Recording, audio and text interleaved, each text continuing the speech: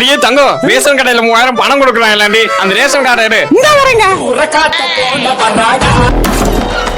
3000 ரூபாய்க்கு கூடிய கும்பலமா இருக்க.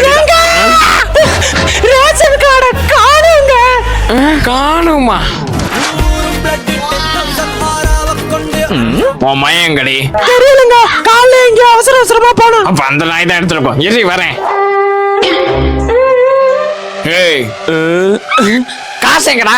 அப்பா 3000 லாபம். பேம்பர்ஸ் அந்த 3000 நம்ம கேம்ல இன்வெஸ்ட் பண்ணுங்க. பேம்பர்ஸ் 6000 மாத்தி தரேன். 6000ஆவா? அதெல்லாம் வேணாம்.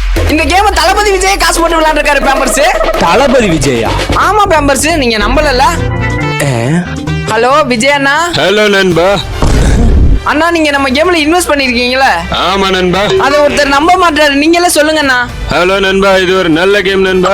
நானே இதுல இன்வெஸ்ட் பண்ணிருக்கேன். ஏன் படத்தை விட்டு நானே இனிமே இந்த கேம்ல விளையாண்டு இருக்கேன் நண்பா. ரொம்ப நன்றிண்ணா.